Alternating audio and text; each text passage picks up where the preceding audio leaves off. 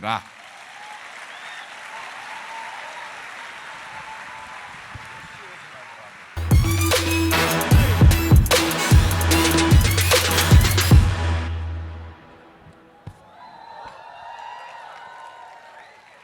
Glória a Deus, glória a Jesus. Boa noite a todos, a paz de Cristo. Vocês estão felizes com Jesus? E Ele com vocês. Amém, glória a Deus. Uma alegria estar aqui mais uma vez nessa conferência e poder falar de um assunto tão importante. Sempre compartilhar a palavra de Deus é um privilégio, é uma honra. Em qualquer lugar, contexto que a gente faça isso, é uma grande alegria no coração por poder corresponder ao chamado de Deus, servir o corpo de Cristo. Mas eu confesso, de vez em quando, em alguns lugares, eu tenho uma alegria extra, de estar com amigos, de servir ministérios que apreciamos, que admiramos, como é o caso dessa casa, e eu estou feliz pela oportunidade de poder compartilhar com vocês mais uma vez. Antes de iniciar a pregação, o compartilhar daquilo que Deus colocou no nosso coração, na segunda-feira, várias pessoas foram me cercando desde a entrada até a saída com a mesma pergunta. Pastor, trouxe livros? Eu dizia, gente, não. Eu ouvi alguns protestos, inclusive de alguns pastores aqui da equipe, e resolvi dar um jeito de resolver a situação. Descobrimos que nós tínhamos alguns livros parados em algumas cidades aqui perto, e a gente fez uma coleta para poder disponibilizar material para vocês hoje à noite, se vocês tiverem interesse. De todos os títulos que nós temos lá, o que eu mais recomendo é esse aqui. Eu não vou dizer que ele é o último, e já tenho um mais recente do que ele, que é A Cultura do Jejum, esse eu não tenho aqui. Mas Graça Transformadora é a obra da minha vida. Dos 23 livros que eu escrevi e publiquei até agora, eu boto esse disparado na frente de qualquer um. Nenhum outro material eu gastei tanto tempo estudando, orando, pesquisando, meditando, consultando outros mestres, como fiz com esse material. Foram quase 5 anos preparando. São mais de 400 páginas de um material que eu particularmente acredito ser revolucionário para a sua caminhada cristã. Paulo escreve aos Colossenses, ele diz que o Evangelho estava crescendo e frutificando entre eles. Ele diz assim, desde o dia em que vocês ouviram e entenderam a graça de Deus na verdade. O entendimento correto da graça é um instrumento de frutificação poderoso. E esse material eu tenho disponibilizado junto com outro livro que me abençoou demais, De Dentro para Fora. Fala do processo transformador, mas tem uma parte do livro aqui que fala do fruto do Espírito, é fantástico. Esses 2 livros, nós estamos colocando eles juntos. Eu creio que, pelo preço de capa, eles estão saindo a quase 60%, mais de 50% de desconto. A maioria dos livros estão com valor bem acessível, porque a nossa ideia não é fazer comércio, é servi-los. E qualquer material, não importa o valor, está parcelando e até 10 vezes sem juros. Então, você só não leva se não quiser. Se você achar que tem liberdade para isso, só se você realmente acreditar nisso, fala para o vizinho do seu lado, deixa Deus te usar, vaso. E dá um livro desse de presente. Vai que cola. Vocês estão prontos para receber a palavra de Deus? Então, vamos lá. Abra sua Bíblia, por gentileza, no 2º livro de Reis, no capítulo 20. 2º livro de Reis, capítulo 20, eu gostaria que nós lêssemos juntos do versículo 1 até o versículo 11. O texto sagrado diz assim, naqueles dias, Ezequias adoeceu de uma enfermidade mortal. Veio ter com ele o profeta Isaías, filho de Amós, e lhe disse, assim diz o Senhor, põe em ordem a tua casa, porque morrerás e não viverás. Então virou Ezequias o rosto para a parede e orou ao Senhor, dizendo, lembra-te, Senhor, peço-te, de que andei diante de ti com fidelidade, com inteireza de coração, e fiz o que era reto aos teus olhos. E chorou muitíssimo. Antes que Isaías tivesse saído da parte central da cidade, veio a ele a palavra do Senhor, dizendo, volta e diz a Ezequias, príncipe do meu povo, assim diz o Senhor, o Deus de Davi, teu pai, ouvi a tua oração e vi as tuas lágrimas, eis que eu te curarei. Ao 3º dia subirás à casa do Senhor. Acrescentarei aos teus dias 15 anos, e das mãos do rei da Síria te livrarei a ti e a esta cidade, e defenderei essa cidade por amor de mim e por amor de Davi, meu servo. Disse mais Isaías, tomai uma pasta de figos. Tomaram-na e puseram sobre a úlcera, e ele recuperou a saúde. Ezequias disse a Isaías, qual será o sinal de que o Senhor me curará e de que ao 3º dia subirei à casa do Senhor? Respondeu Isaías: ser-te-á isso da parte do Senhor, como um sinal de que ele cumprirá a palavra que disse. Adiantar-se-á a sombra 10 graus ou os retrocederá? Então disse Ezequias: é fácil que a sombra adiante 10 graus. Tal, porém, não aconteça, antes retroceda 10 graus. Então o profeta Isaías clamou ao Senhor e fez retroceder 10 graus a sombra lançada pelo sol declinante no relógio de Acás. Deixa esse texto aberto, que daqui a pouco nós vamos continuar lendo a partir do verso 12. Pai, nós suplicamos graça e favor do alto. Precisamos da direção, da orientação e daquela aplicação personalizada que só o Teu Espírito Santo pode produzir. Oramos que a Tua palavra comunique mais do que informação, um nível humano, racional de entendimento, que ela traga entendimento espiritual, que ela desperte a fé, que ela gere correspondência e que nessa noite possa haver, ó Deus, alinhamento e resposta ao Senhor e à Tua palavra. Nós oramos em nome de Jesus. Amém. Bom, eu quero tomar esse texto como ponto de partida e uma espécie de trilho para que a gente possa refletir em algo. Me chama a atenção a declaração do verso 1, põe em ordem a tua casa. Eu já vi tentativas de alguns pregadores de espiritualizar essa declaração. Já vi gente dizendo, põe a casa em ordem, está falando da vida espiritual. Já vi gente dizendo, põe a casa em ordem, está falando da vida ministerial. Né? Eu quero te mostrar que não é uma coisa nem outra. Também não estamos falando da casa literal. A um rei, né, como esse rei de Judá, não lhe faltava gente para faxinar, limpar, decorar a casa. Do que Deus está falando? Em primeiro lugar, para eliminar a ideia de que Deus está falando de uma vida espiritual e não desmerecendo a importância de que ela esteja em ordem, a gente olha para a vida de Ezequias, e Ezequias era um homem de fé. Ele foi um homem de avivamento nos seus dias. Ele foi alguém que impactou a sua nação. Ele trouxe um mover de Deus extraordinário e tinha um relacionamento com Deus único e singular. Mas ele recebe a notícia de que está para morrer. E o texto diz que ele vira para a parede e ele não apenas ora, mas chora. Por que ele chora? Porque ele não quer morrer. Nas minhas contas, Ezequias tinha 39 anos de idade nessa ocasião. Eu acabei de completar 50. Eu me lembro quando fiz 40, a sensação era que a vida estava começando. Né? É o momento que a maioria de nós diz, agora começamos a conquistar, a realizar alguma coisa. E esse camarada vira para a parede, ora, chora, porque evidentemente ele não quer morrer. E para fazer essa conta de que ele tinha 39 anos, não é muito difícil. Em 2 Reis 18:2, a Bíblia diz que ele viveu ao todo 54 anos. E nesse dia ele ganhou 15 dias de bônus, 15 anos, perdão, de bônus, 15 anos extras. Então, você pega os 54 com que ele morreu, deduz os 15, essa é a idade que ele estava. Mas, apesar, de novo, ele tinha buscado ao Senhor, se dedicado ao Senhor e vivido de uma forma especial. Mas ele, apesar de um decreto claro e direto de que não viveria, morreria, ele vira para a parede, ele ora, ele chora, ele clama, e ele tem um linguajar que eu acredito que muitos de nós não teriam coragem de orar como ele. Ele diz no verso 3, lembra-te, Senhor, peço-te, de que andei diante de ti com fidelidade, com inteireza de coração, e fiz o que era reto aos teus olhos. Em outras palavras, ele está dizendo, eu te honrei, eu espero que o Senhor me honre. Mas alguns de nós, se orássemos para Deus nos tratar como nós o tratamos, a coisa pioraria em vez de melhorar. Mas ele pode falar dessa forma, porque de fato sua vida espiritual, sua fé era única, singular. Ele de fato tinha um bom testemunho, ele tinha uma vida correta com Deus e era um homem de fé.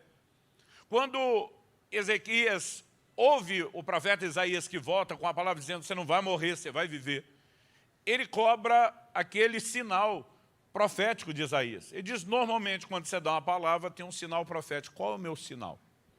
Isaías propõe a ele o que eu chamo de um sinal interativo. Ele diz, se você quer que a sombra do relógio de sol, do relógio de Acás, avance, tecle 1. Se você quer que retroceda, tecle 2. Ele está dizendo, é você que vai escolher. E o abusado do Ezequias, me permite chamá-lo assim, diz, avançar é fácil, isso acontece todo dia, ainda que de forma lenta, e ali seria acelerado. Ele diz, eu quero é que retroceda. Sabe o que esse cara está dizendo? Ele está dizendo, eu creio que Deus pode mexer na estrutura inteira do universo, só por causa de mim. E o curioso é que Deus fez. Ou seja, eu não me atrevo a falar da fé desse homem, nem da vida de integridade que ele teve. O problema não era a sua vida espiritual. O problema também não era ministerial, porque, como disse, ele foi um homem de avivamento. Ele traz a nação de volta para o Senhor de uma maneira única, singular. Ele teve não apenas um governo, nós podemos dizer um ministério impactante. Mas o que eu quero te mostrar é que Deus queria falar justamente do assunto que nós estamos tratando aqui essa semana, de família. E nós precisamos entender que quando chega a hora de partir, não é apenas a nossa fé que precisa estar em ordem, não é apenas um ministério, uma vida de frutificação que deveria ter sido bem vivido, porque quando partirmos estaremos diante do Senhor e vamos prestar conta, né, de tudo aquilo que fizemos por meio do corpo. Mas a palavra de Deus nos mostra que uma preocupação que devemos carregar quando chegar a nossa hora de partir, não é apenas se a fé está em ordem ou se trabalhamos o suficiente. Mas a pergunta é, como está a nossa casa? E sabe, quando Deus está dizendo, põe a sua casa em ordem, Deus não está falando isso à toa, Deus não está falando isso sem nenhum motivo, sem nenhuma razão. O curioso é que Ezequias, que era esse homem de fé e de avivamento, ele tinha uma visão um pouco confusa a respeito de oração, como muito crente tem hoje. Na cabeça da maioria dos crentes, oração é o meio através do qual a gente consegue de Deus tudo aquilo que a gente quer. E eu não quero te dizer que você não pode crer que por meio da oração vai obter de Deus coisas que você quer. O que nós não podemos é definir a oração só nesses termos. Porque na perspectiva bíblica, ela também é, em contrapartida, o meio através do qual Deus consegue de nós o que Ele quer. Pelo menos é o que aprendemos com Jesus no Getsêmani, que dobra os seus joelhos e ora dizendo, seja feita não a minha, mas a sua vontade. Então a oração também deveria ser um ambiente de rendição à vontade dEle. Ela não é nem só uma coisa, nem só outra, mas a combinação de ambos. Agora, quando Ezequias descobre que vai morrer, ele vira para a parede, ora, chora e diz para Deus, eu não quero morrer. Ele começa a suplicar por cura e por mais anos de vida. E Deus deu a Ezequias o que Ezequias pediu. Mas eu quero te mostrar que apesar dele ter conseguido de Deus o que queria, ele não deu a Deus o que Deus lhe pediu. Ele não se preocupou em deixar uma casa em ordem. E o resultado é trágico. Não estou falando aqui contra a cura que Deus lhe trouxe, né? Não estou falando contra a longevidade, os anos que Deus lhe aumentou, porque são bênçãos divinas. Foi o próprio Deus que fez isso. Não estou aqui tentando dizer que isso não é importante. No Salmo 103, o salmista diz, bendize a minha alma ao Senhor e não se esqueça de nenhum só dos seus benefícios. Ele quem perdoa todas as tuas iniquidades, sim, mas Ele quem sara as tuas enfermidades, quem redime a tua vida da cova, quem te coroa de graça e de benignidade, e os benefícios, as bênçãos de Deus são amplas. Mas honestamente, se fosse para ter feito a escolha que Ele fez, de viver os anos que Ele recebeu, da forma como Ele viveu, na minha opinião, carnal, quero deixar claro, era melhor que Ezequias tivesse morrido antes do que tivesse sido curado e vivido o tempo que ele viveu. Por quê? Segundo Crônicas 32, verso 25, fala de como, 24 e 25, de como Ezequias adoeceu, mas de que o Senhor o ouviu, o curou. Mas o verso 25 diz, Ezequias, entretanto, não correspondeu ao benefício que o Senhor lhe fez. Não correspondeu ao benefício que o Senhor lhe fez. E, entre os detalhes da falta de correspondência, eu acredito que o pior resultado se chama Manassés, seu filho. Se Ezequias foi um homem de avivamento para o mover de Deus, Manassés foi um instrumento de avivamento do mal, do reino das trevas. Manassés viveu para destruir tudo que o pai edificou e para construir tudo o que o pai destruiu. Aliás, é raro você encontrar na Bíblia Deus responsabilizando o destino de uma geração por causa das atitudes de um homem. Mas você encontra isso em Jeremias 15:4, essa palavra sobre Manassés. A Bíblia diz, entregá-los-ei, falando da nação de Israel, para que seja um espetáculo horrendo para todos os reinos da terra, por causa de Manassés, filho de Ezequias, rei de Judá, por tudo quanto fez em Jerusalém. Daqui a pouco vamos falar do que ele fez. Mas quando você vê Deus responsabilizando todo o juízo que seria derramado sobre a próxima geração, por causa de Manassés, uma conta que na minha cabeça não tem como eu não fazer, é aquela que segundo Reis capítulo 21 diz, Manassés tinha 12 anos de idade quando começou a reinar. Quando ele começa a reinar? Pela linha de sucessão real, quando seu pai morre. E se ele tinha 12 anos de idade quando o pai morreu, quando é que Manassés foi gerado? Nos 15 anos de bônus que Ezequias teve. É por isso que eu digo, se fosse para não prestar atenção na orientação que Deus trouxe, era melhor que ele nem tivesse vivido os 15 anos a mais. Muitas vezes, eu e você não conseguimos pensar além de nós mesmos. Aliás, eu creio que essa é a razão pela qual raramente um avivamento, seja na Bíblia ou na história, dura mais de uma geração. Porque a maioria de nós vive as nossas vidas pensando em nós e não no que virá depois. E eu creio que Deus quer nos dar uma mentalidade de família extraordinária, não só para aqui e agora, não só para o hoje, mas que nós possamos edificar pensando nas próximas gerações. Que nós possamos edificar nossas casas e famílias pensando não apenas só na próxima, mas nas próximas gerações. Quem está entendendo, diga amém. Então, eu quero chamar a sua atenção para a atitude e o comportamento de Ezequias. Nós lemos até o verso 11, mas eu gostaria de ler a partir do verso 12. Segundo Reis, capítulo 20, nós vamos continuar o texto exatamente aonde a gente parou. E aqui nós vamos ter um quadro um pouquinho mais claro de como Ezequias falhou.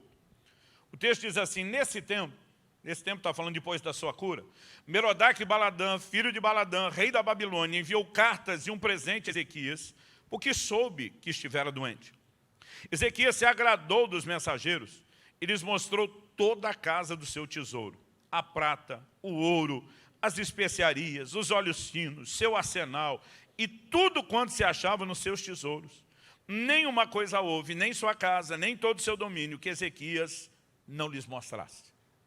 Eu sou aquele tipo de gente que tem um lado gaiato, brincalhão e que gosta de quem age da mesma forma. Hoje em dia, a nossa diversão e os memes vêm na grande maioria pelo WhatsApp.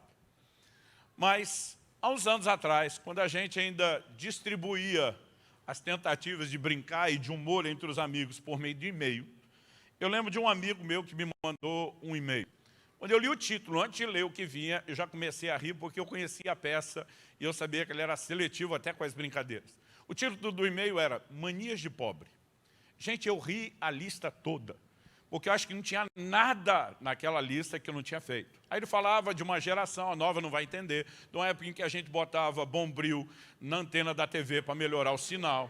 Ele falava da gente lambendo a tampa do iogurte para não desperdiçar nada. Né? E eu fui rindo com aquilo tudo, do começo ao fim. Me senti assim exposto, denunciado. O único momento naquela lista que eu discordei foi quando dizia assim, mostrar a casa para as visitas. Eu falei, não, isso não é mania só de nós, os que crescemos sem muito recurso. Porque quanto mais o cara tem, mais ele se orgulha de mostrar. E sabe, eu tenho visto isso depois. Né? Os anos foram passando e você descobre que em qualquer classe social as pessoas não apenas gostam de mostrar, mas quem mais tem, mais se orgulha de mostrar o que tem. E Ezequias deu o show dele, mostrou tudo o que tinha para os mensageiros do rei da Babilônia. O verso 14 diz assim, então Isaías, o profeta, veio a rei Ezequias e lhe disse, que foi que aqueles homens disseram, e de onde vieram a ti? Respondeu Ezequias, de uma terra longínqua vieram, da Babilônia. Perguntou ele, que viram em tua casa? Respondeu Ezequias, viram tudo quanto há em minha casa. Coisa nenhuma há nos meus tesouros que eu não lhes mostrasse. Então disse Isaías a Ezequias, ouve a palavra do Senhor. Eis que virão dias em que tudo quanto houver em tua casa, com quem tesouraram teus pais até o dia de hoje, será levado para a Babilônia, não ficará coisa alguma, disse o Senhor. Eu não sei se alguém aqui queria receber uma palavra profética dessa. Tudo que você juntou a vida inteira vai embora. Mas não é só o que você juntou. O que você herdou dos seus pais e ancestrais. Ou seja, todas as riquezas, desde os dias de Davi. Ele está dizendo, vai tudo embora, não fica nada. A notícia é péssima, é terrível, é trágica, mas fica pior. Olha o verso 18. Dos teus próprios filhos, que tu gerares, tomarão para que sejam eunucos no palácio do rei da Babilônia. Ele está dizendo, seus filhos vão ser desterrados, levados para longe, mas eles não apenas serão feitos escravos e levados como prisioneiros de guerra. Ele ainda diz, eles serão feitos eunucos no palácio do rei da Babilônia. Eunuco, para quem não sabe, isso é evidente na história, era o tipo de pessoa que tinham cargos especiais na corte, mas, para que não se tornasse uma ameaça ao harém do rei, eram castrados. Então ele está dizendo, seus filhos não só serão feitos prisioneiros de guerra, desterrados do seu lar, mas a continuidade geracional será comprometida. Agora, para mim a segunda notícia é pior do que a primeira. Olha o que diz o verso 19. Então disse Ezequias a Isaías, boa é a palavra do Senhor que disseste. Gente, pelo amor de Deus, quem ouve duas notícias dessas e diz, boa é essa palavra. Não foi um glória a Deus, um aleluia, tipo assim, fazer o que Deus sabe o que faz. Boa é a palavra que disseste. Como alguém chega a essa conclusão? Mas o texto diz e explica, pois pensava, haverá paz e segurança em meus dias. Traduzindo, o cara diz, quem vai se lascar? Não sou eu. O cara ainda vai gerar os seus filhos, ele diz, até esse negócio aconteceu, só tem 15 anos de vida. O importante é que eu vou me dar bem. Agora, gente, nós não estamos falando de um cara qualquer, estamos falando de um homem de fé e de um homem de avivamento, que não está nem aí para os seus filhos e para as próximas gerações. Agora, não pense você que isso é exclusividade de Ezequias. Aos 50 anos de idade, talvez porque eu comecei cedo e rodo bastante por aí, eu já vi muita água passar debaixo da ponte. E eu tenho visto muito homem e mulher de fé e de avivamento, que parece não se importar com a sua casa. Se você avaliá-los apenas pela fé e pelo ministério, talvez você diga, vamos aplaudir, mas se você for olhar a maneira como olham para a sua casa, algo precisa ser revisto. Nós precisamos, de fato, entender e compreender que quando a Bíblia diz que ele não correspondeu com o Senhor, isso não pode ser ignorado. Deus está dizendo, eu preciso que você coloque a sua casa em ordem. Porque o avivamento da geração dele foi abortado e o que vem depois foi trágico. Agora, é num momento como esse que eu faço aquela afirmação carnal. Para escolher viver dessa forma e não se importar com a casa, era melhor que tivesse partido para a glória antes.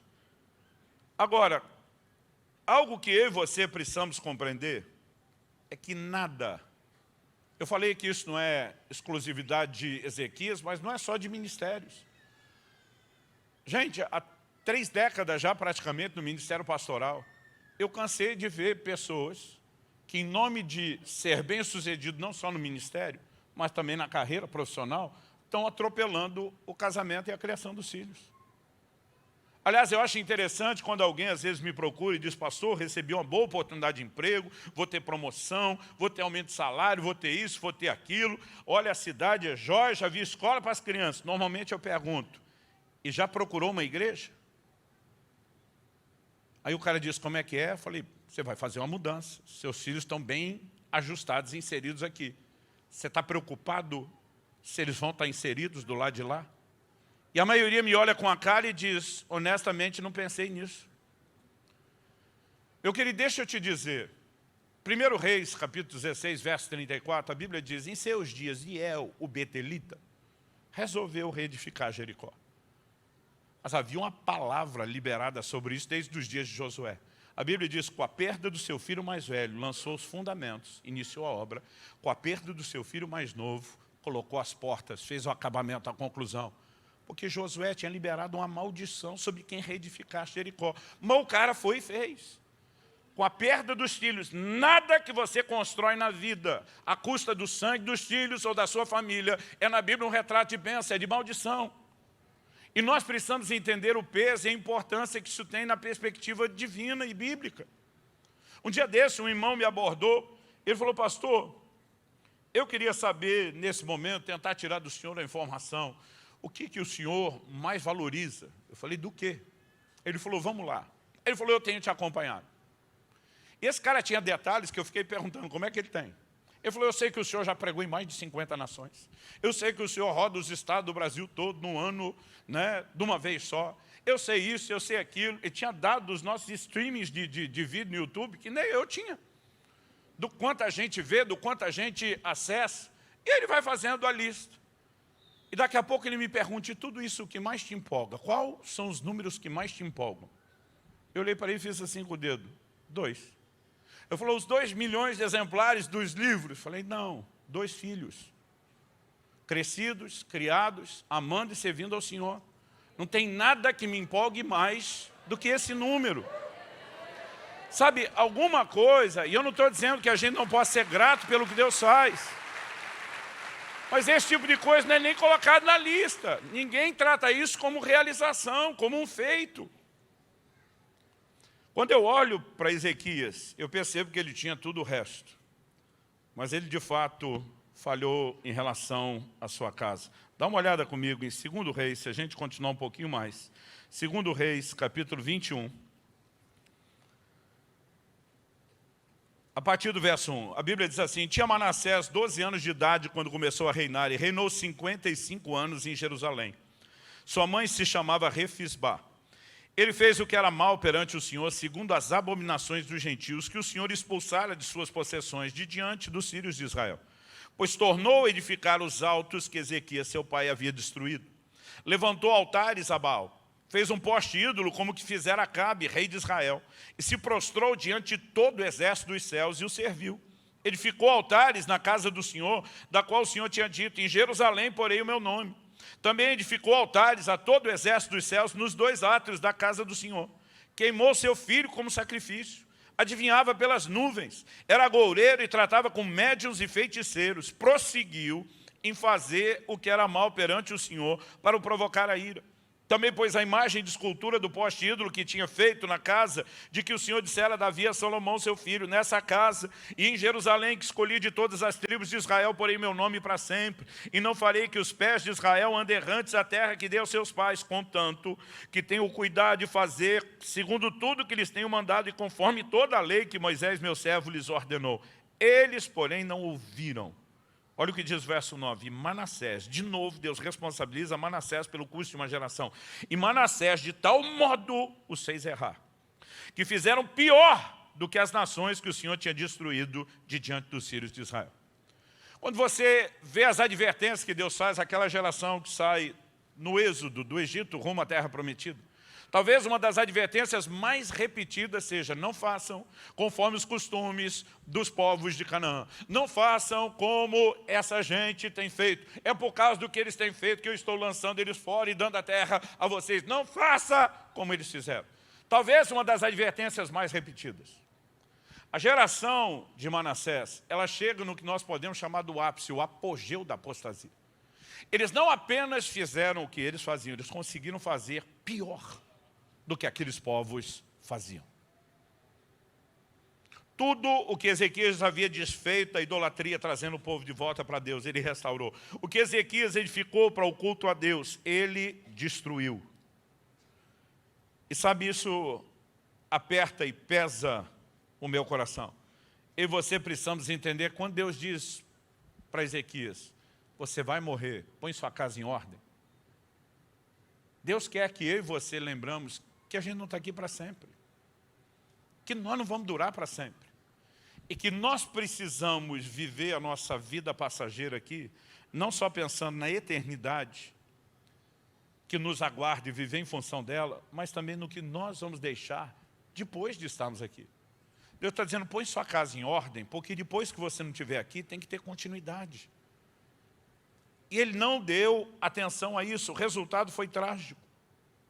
Eu percebo que muita gente não consegue entender a importância de focar nas próximas gerações. Aliás, deixa eu te dar um exemplo aqui. Quando a gente fala de várias das personagens das histórias bíblicas, a gente associa imediatamente o nome deles com a missão que Deus lhes deu. Se eu falar de Noé, o que é que vem na cabeça da gente? A missão de construir a arca. Se falar de Moisés, tirar o povo, de Israel do Egito. Mas se falar de Josué, quem os liderou na conquista da terra para que eles de fato possuíssem Canaã. E aí nós podemos ir falando de cada um deles. Salomão, a construção do templo. Agora, quando a Bíblia fala de Abraão, você já parou para pensar qual era a missão de Abraão? O que é que Deus queria que Abraão fizesse? E sabe, é interessante porque ele se torna uma grande referência, um modelo para a nossa fé, e a maioria de nós às vezes não consegue perceber. Mas em Gênesis 18, 19, Deus falando de Abraão diz assim, porque eu o escolhi. Para quê? Para que o indicativo de propósito? Para que ordene a seus filhos e a sua casa depois dele, a fim de que guardem o caminho do Senhor, pratiquem a justiça e o juízo. Aí Deus fala assim, para que eu faça vir sobre Abraão o que eu tenho falado a seu respeito. Em primeiro lugar, eu quero destacar aqui que eu e você, não adianta apenas termos promessas, nós precisamos saber interagir com o profético. Deus está dizendo, eu prometi, mas para que eu faça vir sobre ele, ele tem que fazer a parte dele. Porque o projeto de Deus com Abraão era um projeto multigeracional. O livro de Hebreus diz que não só ele, mas os patriarcas morreram na fé, saudando as promessas de longe, porque elas não se cumpririam nos seus dias. Então Deus tem um projeto, quando falamos do estabelecimento do seu reino, multigeracional. E aí Deus está dizendo, eu escolhi você para ordenar seus filhos, sua casa depois dele, para quando você não estiver mais aqui, a roda continue girando. Então você precisa, de fato, ordenar seus filhos para que guardem o caminho do Senhor, que pratiquem a justiça e o juízo. Mas sabe o que é interessante? É quando você vai checar essa palavra, ordene a seus filhos. A informação que você vai ter em qualquer léxico é que essa palavra no hebraico é a palavra tsavá. O que significa tsavá? Significa mandar, ordenar, dar ordens, decretar. E por que eu estou destacando isso? Porque quando Deus fala, através de Isaías, para o rei Ezequias, põe ordem à tua casa, a palavra ordem lá é tsavá. Não é ordem no sentido de organização. Deus está dizendo, dê ordens a respeito da sua casa. A palavra traduzida casa aqui é a mesma, em Gênesis 18, 19, é a mesma palavra traduzida casa lá. Ou seja, Deus não esperava isso apenas do patriarca Abraão, que ele fosse um pai que se preocupasse com as próximas gerações, mas cada geração tem a responsabilidade de perpetuar o que tem recebido do anterior. Vamos olhar para o rito da circuncisão. Hoje, quando a gente vê Paulo em Romanos 2, 28, 29, dizendo que a circuncisão não é mais na carne, é no coração, nós aqui eu quero dizer os homens, os machos, a gente fica aliviado. Porque a circuncisão, irmão, o sistema era bruto. Para quem não sabe o que é a circuncisão, é o corte do prepúcio, a carne excedente do pênis, o órgão reprodutor masculino. E sabe o que eu acho interessante? É que apesar da gente ter esse pavor, esse preconceito, eu já ouvi muita gente dizer isso. Muita gente me perguntou, pastor, só eu? Ou o senhor, às vezes, quando está lendo a Bíblia sobre essas coisas, vai se encolhendo na cadeira junto. Gente, Deus diz para Josué, faz faca de pederneira, não tinha bisturi. A cirurgia era na pedra. Por mais afiada que fosse a pedra, o sistema era bruto. Não tinha anestesia, não tinha analgésico, não tinha anti-inflamatório nem antibiótico. Gênesis 34 diz que Simeão e Levi, depois de enganar os moradores de Siquém que tinham violentado Diná, a irmã deles, dizendo, olha, vocês só podem casar, né, com as nossas filhas se forem circuncidadas. A Bíblia diz, no terceiro dia, quando estavam no auge da dor, ele sabia que ninguém ia ter condição de lutar e se defender. 3 dias depois, os caras tudo encolhido, inflamado, doído. Então a gente olha nisso e a gente pensa só a parte física que é assustadora. Mas eu gostaria de tentar te ajudar a olhar a beleza da mensagem que Deus propôs. Em primeiro lugar, Deus diz, todo pai vai circuncidar o seu filho. A circuncisão, Paulo diz que era o selo da fé, era o sinal da aliança, Deus diz a Abraão. Então Deus está dizendo que a aliança que você tem com ele deve ser transmitida para a próxima geração. Mas não era apenas o pai marcando o filho, era o lugar que Deus determinou que o pai marcasse o filho, o órgão reprodutor. Ele está dizendo, garoto, um dia você vai crescer e vai usar esse instrumento para reproduzir. Mas antes de gerar a criatura, você precisa lembrar que esse sinal que você carrega aí, que é a marca da aliança que o seu pai transmitiu a você, é a mesma aliança que você vai ter que transmitir ao filho que você gerar. Deus o tempo todo está sustentando o quê? Uma mensagem de continuidade geracional. E você vai ver isso na Bíblia o tempo todo. Uma geração anunciará a outra geração. E nós precisamos aprender a focar a próxima geração. Eu vejo pais preocupados em criar filhos, sejam bons cidadãos para a terra. Ah, pastor, meu filho vai ser um bom engenheiro, meu filho vai ser um bom médico. Tenho nada contra a formação. Mas tem uns caras que estão pensando só que os filhos sejam bons cidadãos da terra, mas não do céu. Não estão preocupados com a salvação. Eu lembro de que um dia eu falei, meu amigo, faz 3 domingos. A igreja estava no início, era ainda pequeno, eu conseguia controlar isso no olho. Faz 3 domingos, seu filho adolescente não aparece. Eu falei, não, é que ele não está querendo vir. Eu falei, o menino não tem nem 14 anos de idade, já decide o que quer. Então, se quiser fumar crack, tudo bem. Aí o pai se ofendeu. Fumar crack, não. Eu falei, fumar crack, não. Mas para o inferno, tudo bem. Qual o seu critério do que ele pode escolher? Eu não sei se eu que sou muito old school. Porque quando adolescente, um dia eu falei para meu pai, não quero ir na igreja. Ele diz, vai por bem ou vai no pau? E nunca mais eu tive coragem de enfrentá-lo. Mas sabe, eu não precisei tratar meus filhos dessa forma. O ponto aqui não é a maneira como você faz, é o zelo que você precisa carregar pelo futuro deles, pelo destino deles. Quem está entendendo, diga amém. E quando eu percebo essa atitude em Ezequias, que era um homem de fé e um homem de avivamento, isso tem sido, de fato, uma coisa que marca, que machuca, que dói o meu coração quando eu leio. Eu lembro quando eu era garoto, de uma ocasião que a gente estava assistindo um jogo da seleção brasileira, não me lembro se era uma Copa ou se era uma eliminatória, eu era bem criança, e a seleção estava perdendo. E eu dizia para meu pai, vamos entrar lá na televisão ajudar eles. E ele tentando me explicar que não dava para entrar. Eu acho que toda criança já teve essa fantasia de entrar num filme, de entrar em algo. Gente, quando eu leio sobre a atitude de Ezequias, se eu pudesse entrar lá na história, quando eu vejo esse cara dizendo, boa é a palavra que disseste, eu entrava era para pegar o miserável pelo pescoço. Mas como eu disse, alguns de nós podemos perder o foco. Depois de Deus confrontar a casa de Eli, dizendo, eu vou julgar vocês, ele diz, suscitarei para mim um sacerdote fiel, que procederá segundo tudo que tenho no coração e na mente, edificar-lhe-ei uma casa estável. Deus sempre está pensando nas próximas gerações. E nós precisamos viver família com um foco muito específico nas próximas gerações. Quando eu olho os princípios bíblicos, de fato o meu coração tem sido assim despertado, desafiado por Deus, para que a gente não brinque nessa área. Eli falhou nessa área. Mas sabe o que é curioso? A gente espera que o Samuel, que cresceu vendo de perto a bagunça da casa de Eli, ouvindo o juízo que Deus anunciou, a gente fica naquela atitude esperando, Samuel vai fazer diferente. E sabe, durante muitos anos eu orava a Deus dizendo que eu queria terminar minha vida como Samuel. Porque eu gosto sempre de dizer às pessoas, melhor do que começar bem é terminar bem. Eu quero terminar bem. E muitas vezes eu pegava um texto específico, 1 Samuel 12, a partir do 1 diz assim, então disse Samuel a todo Israel, eis que ouvi a vossa voz em tudo quanto me disseste e construí sobre vós um rei. Está falando de Saul. Agora, pois, eis que tendes o rei à vossa frente, já envelheci, estou cheio de câncer, meus filhos estão convosco, e o meu procedimento esteve diante de vós desde a minha mocidade até o dia de hoje. Eis-me aqui, testemunhar contra mim perante o Senhor e perante o seu ungido, de quem tomei o boi, de quem tomei o jumento, a quem defraudei, a quem oprimi, das mãos de quem aceitei suborno para encobrir com ele meus olhos, e vou-lo restituirei. Gente, não é um cara no final de um mandato político de 4 anos, prestando conta. É alguém falando da vida inteira.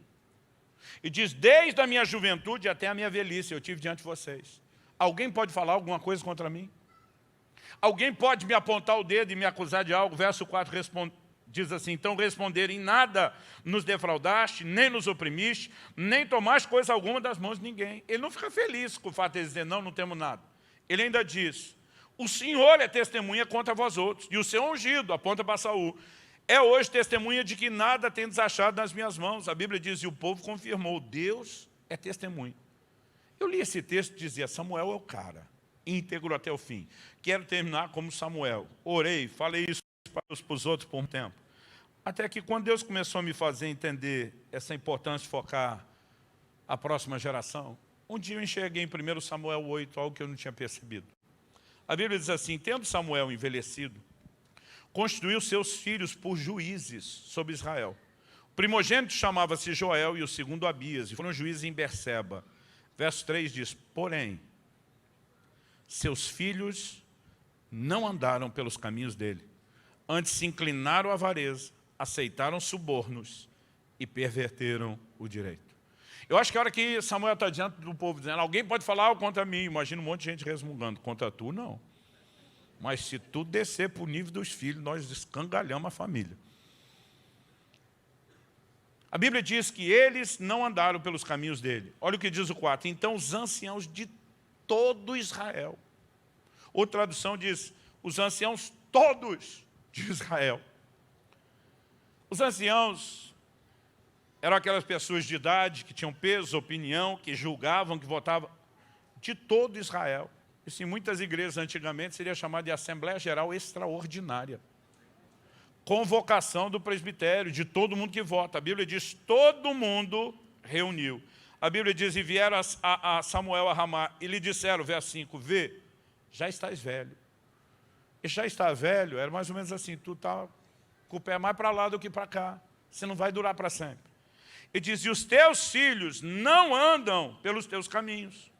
Constitui-nos, pois, agora um rei sobre nós, para que nos governe, como tem todas as ações. Essa palavra não agradou a Samuel quando disseram: dá-nos um rei para que nos governe. Então Samuel orou ao Senhor. E disse o Senhor a Samuel: atende a voz do povo em tudo quanto te diz. Pois não te rejeitou a ti, mas a mim, para eu não reinar sobre ele. Normalmente, como a gente pensa nessa história? O povo não queria mais o governo de Deus, escolheu um rei. Eu vou te dar uma outra versão, que é a forma como eu enxergo. Samuel fica doído quando os caras vêm pedir um rei e estão dizendo: nós não queremos seus filhos, porque eles não andam nos seus caminhos. Samuel se sente rejeitado, Deus tem que explicar: e não rejeitaram você.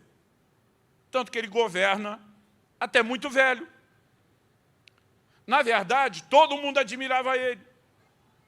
Eu imagino que esses caras poderiam estar dizendo: se tu fosse viver mais 100, 200 anos, a gente estaria fechado contigo, mas você não vai. E os seus filhos não são uma continuidade de quem você foi. Então, se é para ter teocracia com o homem de Deus como você, nós queremos, mas gente como eles, não. Aí nós preferimos que tenha regra, como em todas as nações. Então Deus está dizendo para ele: ei, não rejeitaram você, rejeitaram a mim. Minha leitura. Deus está dizendo: porque você não preparou a sua casa, apesar de ter sido um profeta extraordinário, um homem de integridade. Agora, eu não posso reinar sobre a próxima geração por causa de você. Muitas vezes nós achamos que os resultados podem ser só filhos que não sejam tão crentes, tão fiéis. Nós não imaginamos os desdobramentos que podem haver quando não nos empenhamos em relação à próxima geração. Eu creio que Deus pode fazer coisas extraordinárias pela sua casa, mas mais do que restaurar o relacionamento conjugal, mais do que levá-los a romper financeiramente, mais do que as curas, que eu creio que ainda vão acontecer nessa semana na casa de muita gente, nós precisamos ter olhos para a próxima geração. Precisamos fazer isso. Sabe, eu olho para meus pais, e meus pais, eles foram muito limitados em muita coisa, por conta de uma formação. Meu pai, mencionei, acho que aqui na segunda-feira, viu seu pai suicidar quando tinha 12 para 13 anos de idade. Se converteu aos 18, veio de uma família disfuncional. Teve muita coisa na criação dos filhos que meu pai ou não sabia, porque houve uma época que a igreja também não falava nada dessas coisas, ou não conseguia fazer. Mas de alguma forma, esse homem ia para o joelho. Ele gastava tempo diante de Deus dizendo: eu não criei filhos para o mundo, eu não criei filhos para o pecado, eu não criei filhos para o inferno nem para Satanás, eles são Deus. Eu preciso que o Senhor faça aquilo que eu não consigo fazer. Eu preciso que o Senhor vá além. E meu amigo,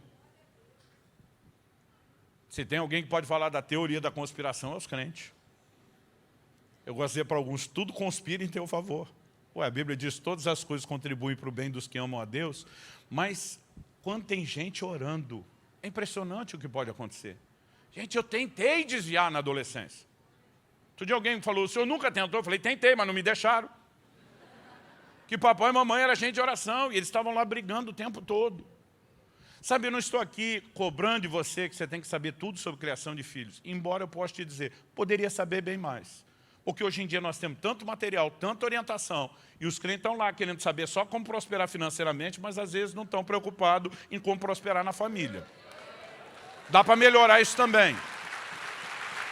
Mas eu não vim aqui para te apontar o dedo, eu não vim aqui para jogar pedra em você, eu quero ser um instrumento de Deus hoje para dizer, olhe para a sua casa.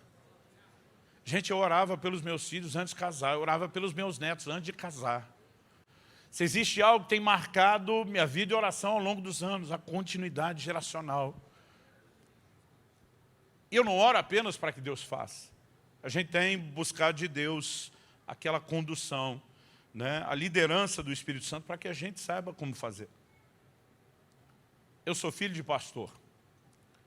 E eu fiz coro com muita gente dizendo, não queria ser filho de pastor. A igreja já soube ser cruel com os filhos de pastores, mas os pastores também, durante muito tempo, não tiveram tanta sabedoria. Eu e Kelly, desde que iniciamos o ministério, eu falei, eu não quero nunca ouvir da boca dos meus filhos uma reclamação sobre ser filho de pastor. E nós precisamos que Deus nos ajude a criá-los. Mas não existe só aquela receita que é para todo mundo. Deus tem um chamado para um, uma dinâmica de vida para outro. Eu falei, nós vamos ter que ouvir o que Deus tem para nós.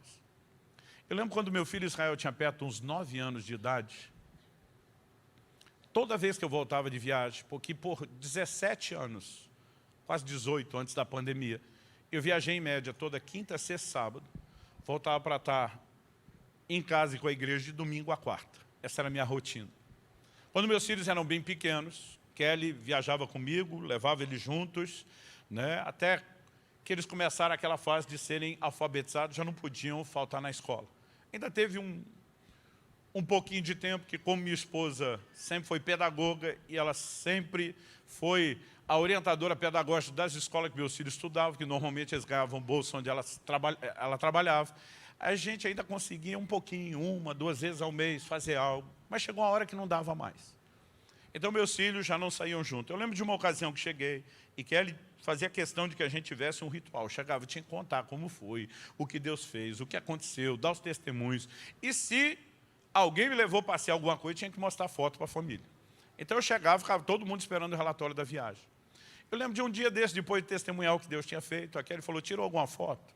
Eu falei, amor, tirei umas 3 só, porque eu não tenho esse dom de fotografia que você tem, mas sabia que você ia me perguntar, e mostrei 3 lugares. Eu não me lembro que lugar eu tinha ido, mas era uma praia do Nordeste. Eu lembro quando meu filho olhou aquilo e falou, pai do céu, quando for pregar nesses lugares, marca nas nossas férias para levar a gente junto. A gente riu, mas a hora que ele falou aquilo e a gente riu, o Espírito Santo falou comigo, preste atenção no que ele está falando. Essa será uma das grandes chaves para você na criação dos seus filhos. Não estou aqui aconselhando pregadores a não tirar férias. Mas eu aprendi a importância de, nas férias de meus filhos, que eu não podia ter o tanto de férias que eles tinham na escola, termos momentos onde nós saíssemos a família juntos. A gente tinha tempo de família, a gente ministrava o coração deles, a gente discipulava eles nas coisas do reino. Eu lembro de uma ocasião, eu ia ministrar em Porto Seguro, e eu lembro que os irmãos convidaram, falaram, pastor, a gente não consegue trazer toda a sua família, as passagens aéreas são caras, a igreja não tem condição. Mas se o senhor tiver milhares sobrando e conseguir trazer, o que nós conseguimos aqui é uma parceria num resort top, de frente para o mar, que isso não nos custa. Eu lembro, conversei com a família, todo mundo ficou doido, vamos lá. Era a primeira vez, Silas, que a gente ficava num lugar bom. E eu estava assim, dando glória a Deus, né, pensando, se um dia passei nessa cidade, já não lembro, de ver meus filhos na piscina, olhando para o mar. A gente tem a mania besta de querer se vingar da época difícil. É a mentalidade de escassez que dura. Eu estava lá feliz, mas chegou a hora que, de acordo com o combinado, fui lá para o quarto para tomar meu banho e arrumar, porque eu iria pregar. Quando eu saio do banheiro, os dois, Israel e Alice, ali já pegando as coisas para tomar banho e se arrumar, eu falei, o que vocês estão fazendo? Não, nós vamos com você. Eu falei, não vão não? Não, pai, nós queremos ir com você na igreja. Eu falei, vocês não querem. Eu abri a janela e falei, olha essa piscina, olha esse mar. Tipo assim, não vai rolar outra dessa. Disseram, pai, a gente teve isso o dia inteiro e amanhã continua. Nós queremos ir com você na igreja. Eu lembro que meu filho falou assim, e se você for curar os doentes, nós queremos te ajudar. Naquela hora o Espírito Santo falou, não é só a respeito de passeio. Onde eu quero chegar? Eu tenho feito coisas com meus filhos que eu não oriento para todo mundo, mas que para nós foram chaves importantes. Eles aprenderam a amar o reino de Deus. Anos atrás, nós tivemos um momento, eles estavam indo para a fase da adolescência, e a gente tinha programado uma turnê na Europa, para toda a família junto. Então, todos os convites que eu vinha recebendo de países na Europa, eu dizia, vou fazer uma turnê daqui tanto tempo, e vou passar 1 mês e meio aí com a minha família, atendendo vocês. Eu fui organizando, montando aquela viagem, eles sabendo, e aí pai, como está? A França já entrou, nós vamos lá. Isso aqui, vamos, nós vamos. Isso aqui, eles foram participando. Mas quando faltava mais ou menos uns 6 meses para a viagem, nós tivemos um problema na nossa igreja. Um dos nossos pastores e líderes resolveu desistir do casamento e da família e do ministério. E a gente passou um tempo tentando segurar, levá-lo a uma posição de arrependimento, a mudar de ideia, e a gente não conseguiu que isso acontecesse. Então, esgotado aquele prazo, que foi mais ou menos 1 mês, não tinha mais como permanecer em silêncio, e nós teríamos que tratar do caso publicamente, com disciplina, tudo mais. E eu não queria que meus filhos ficassem sabendo na igreja, junto com todo mundo, porque eram muito amigos dos filhos deles. E eu lembro que eu estava preocupado só em avisar antes, para que não fosse aquele choque para eles. E eu comentei, falei, olha, nós vamos ter uma reunião assim, assado, infelizmente aconteceu isso e isso, vocês não precisam necessariamente estar lá. E eles na hora começaram a chorar, choraram pensando nos amigos, choraram pensando naquela realidade. Mas eu me lembro que meu filho olha para mim, devia ter alguma coisa entre 12 a 13 anos de idade na época. Ele olha para mim e fala assim, pai do céu, e a igreja? Eu falei, a igreja é problema meu, não é seu. Ele falou, pai, e os novos na fé? O que é que vão pensar? Eu falei, filho, esse é o problema meu, só estou tentando preparar vocês. Em algum momento eles olham e falam assim, e a viagem para a Europa?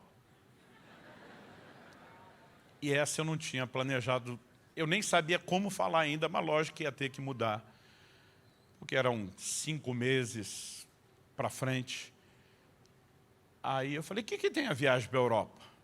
Tentando ganhar tempo. Eles disseram, não tem como a gente ir. E eu olhei para os dois, falei, como não? Pai, você está louco? A igreja vai precisar de você como nunca antes, a gente não pode ir.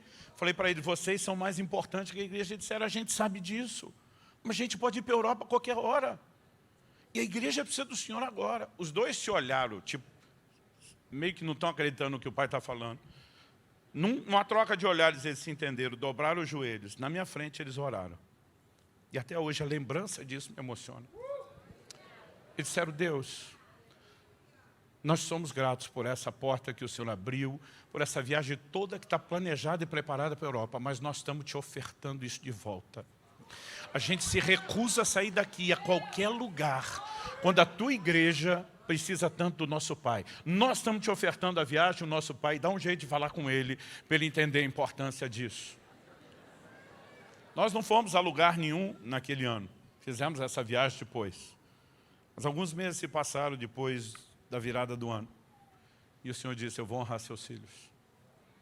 E Ele fez algo muito extraordinário por eles, além disso. Sabe, nós começamos a ver como os filhos podem crescer apaixonados. Lá em casa a gente tinha que botar limites. Ei, vocês não são pastores. Porque eles queriam entrar até demais. É possível hoje, pleno século XXI, criarmos filhos que amem a Jesus, que amem o reino de Deus, que amem e sirvam a igreja.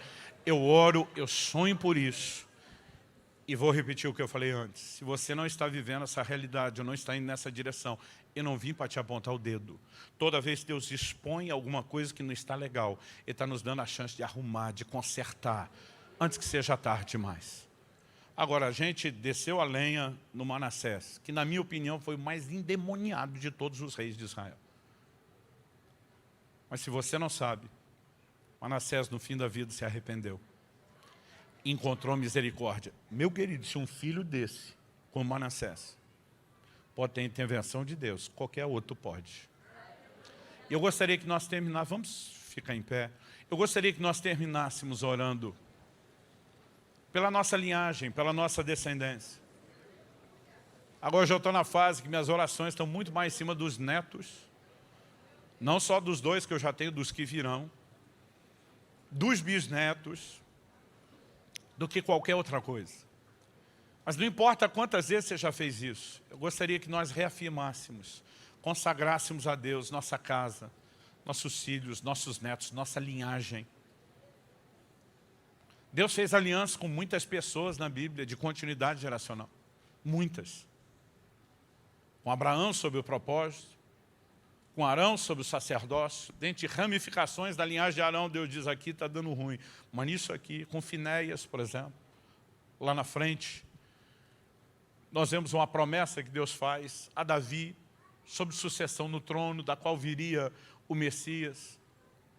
Eu tenho orado e clamado a Deus uma vida inteira, e eu tenho dito, se tem algo, alguma graça, algum favor que eu quero alcançar do Senhor, mesmo que eu não esteja aqui, eu quero que as próximas gerações, mesmo que eu não esteja aqui para ver, para checar, que as próximas gerações te amem, te sirvam, vivam para fazer diferença nessa terra. Os Salmos diz que os nossos filhos serão poderosos na terra. Eu tenho dito a Deus, eu não faço questão nenhuma de poder econômico, de poder de influência. Se essas outras coisas vierem como complemento, ok. Mas que eles sejam poderosos no reino, que eles sejam boas influências para qualquer pessoa que os rodeie. E cada um de nós pode viver isso em prol da nossa casa. Não é tarde demais. Eu sei que eu tenho pessoas aqui que estão pensando, não dá mais tempo para mim ou para meus filhos. Eu quero te dizer, Deus pode fazer coisas extraordinárias. Mas nós temos gente aqui solteira que nem casou. E você precisa ouvir esse tipo de coisa antes de casar e antes de ter filho. Eu digo para os jovens da nossa igreja, gente, a melhor hora de se preparar para o casamento é antes de casar, não depois. Melhor hora de se preparar para ter filhos é antes de tê-los, não depois. Embora a gente possa fazer a nossa parte em relação à preparação, a gente também deve fazer em relação à oração. Então, se você está aqui, pastor, eu sou solteiro, não sou casado, não tenho filhos, e os seus pais estão, você pode orar com eles. Mas eu quero que você ore pela sua futura posteridade. Que todos nós possamos consagrar a Deus nossas casas, nossos filhos, netos, bisnetos, tataranetos, toda a nossa linhagem. Todos os que virão até que Ele volte. Podemos fazer isso? Vamos orar juntos? Agora, se você tem filhos que ainda não se converteram, que estão desviados, eu vou incluir algo mais aqui. Talvez não estejam desviados, mas você diga, pastor, eles estão frios, estão na corda bamba. Eu quero que você os inclua. E eu gostaria que nós levantássemos um clamor a Deus nessa oração. Eu creio, meu relógio são 8:55. Eu creio que nós podemos ter testemunho de gente dizendo, perto das 9 aconteceu algo. Eu já vi isso acontecer muitas vezes quando nós estamos orando e eu quero provocar você. Eu lembro de uma ocasião que eu estava ministrando em Fortaleza. Naquele dia o foco era a cura. E eu comecei a orar com o povo, falei, vamos orar pelos familiares que não estão aqui. E eu lembro que me veio esse impulso do Espírito Santo, como agora, dizer, olha o horário. Porque nós vamos ter testemunho de coisa acontecendo essa hora. E era alguma coisa assim, 8h27, 8h37, era um número quebrado. Uma pessoa procura o pastor no dia seguinte e diz, pastor, o senhor conhece a minha história, a minha vida e a minha casa. E o senhor sabe que isso não é invenção. Meu pai estava há 8 anos sem enxergar, ele disse, eu sei. Ele disse, mas ontem quando eu voltei do culto, o papai estava vendo. Estava um tumulto em casa. Estava uma bagunça, todo mundo eufórico com o que tinha acontecido, que o papai tinha voltado a ver. Eu, emocionada com aquilo, não relacionei com o culto em coração, mas eu falei, papai, o que foi a primeira coisa que o senhor viu? Imaginando que pudesse ser o rosto de mamãe. E ela disse, meu pai respondeu, a primeira coisa que eu vi foi o relógio. E ele marcava 8h27 ou 8h37, aquele horário. Na hora ela lembrou que era o momento que ela estava orando por ele. Vamos crer para valer? Deus tem dirigido essa conferência, Deus te trouxe aqui hoje. Ele não queria só que você ouvisse uma palavra. Ao mesmo tempo que Ele quer corrigir, Ele quer te estimular, mas Ele quer provocar a sua fé. E nós estamos num ambiente de milagres. Vamos levantar um clamor a Deus. Ore como se tudo daqui para frente dependesse desse tempo de oração. Comece a apresentar diante de Deus sua linhagem, sua descendência, sua continuidade. Ore por aquilo que você sentir de Deus que devorar. Pai, nós nos colocamos diante do Senhor e reconhecemos com temor, ó Deus, a importância de ter olhos para a próxima geração.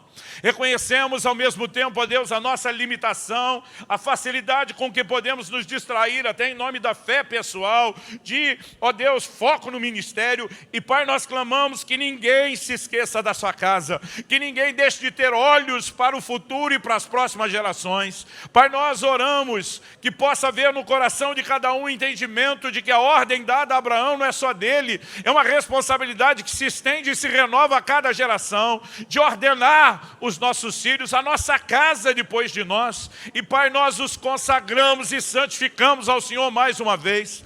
Cada um dos nossos filhos e filhas, cada um, ó Deus, dos nossos netos e netas, bisnetos e bisnetas, todos aqueles que virão, nós queremos, ó Deus, consagrá-los ao Senhor. Queremos declarar que eles são do Senhor, são propriedade do Senhor, são herança do Senhor. Pai, nós oramos que o Senhor os guarde, que o inimigo e o maligno não lhes toque. Nós oramos por intervenção de Deus no coração deles. Nós oramos por despertamento para o Senhor e para a Tua palavra. Oramos por aqueles que ainda não se converteram, que as escamas caiam dos olhos, que a cegueira seja removida, que a luz do Evangelho da glória de Cristo resplandeça no coração de cada um deles. Oramos por aqueles que já tiveram uma experiência contigo e se afastaram, por aqueles que estão desviados, ou por aqueles que estão, ó Deus, frios, indiferentes. Pai, nós oramos por mudança, por intervenção do alto, em nome de Jesus.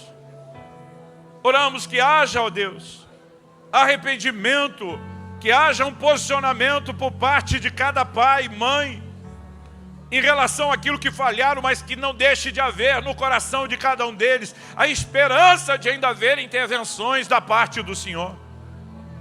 Nós oramos só para Teu fôlego de vida, manifesta o Teu poder e traz intervenção. Nós clamamos em nome de Jesus, em nome de Jesus.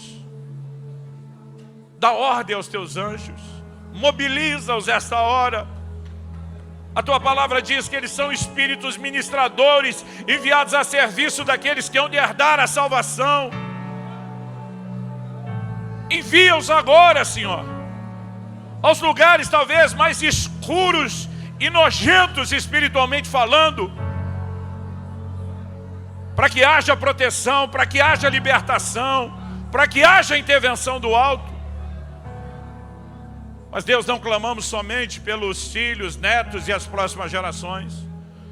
Nós oramos por cada um aqui que terá responsabilidade de buscar ao Senhor por eles, de viver um bom testemunho por eles, de transmitir o entendimento da palavra, de serem, ó Deus, guardiões de oração e intercessão em prol deles.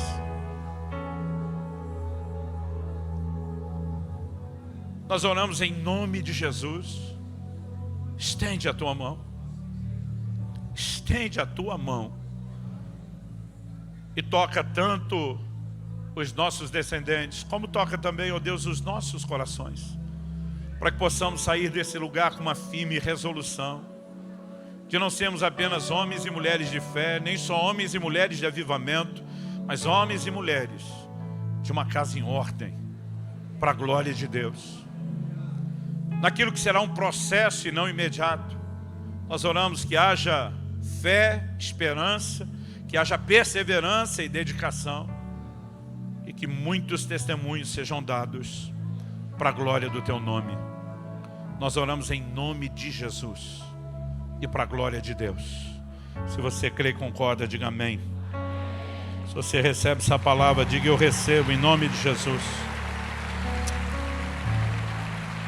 Glória a Deus. Algo que eu gostaria que você se perguntasse quando chegar a hora de você partir dessa terra: o que é que você vai deixar para trás?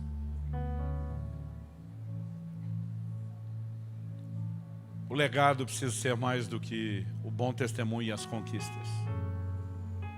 Que Deus nos ajude. Eu espero que,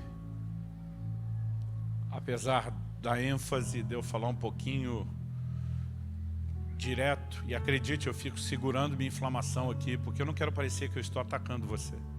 Eu quero ser um instrumento que te desperte. Eu vim aqui para te ajudar.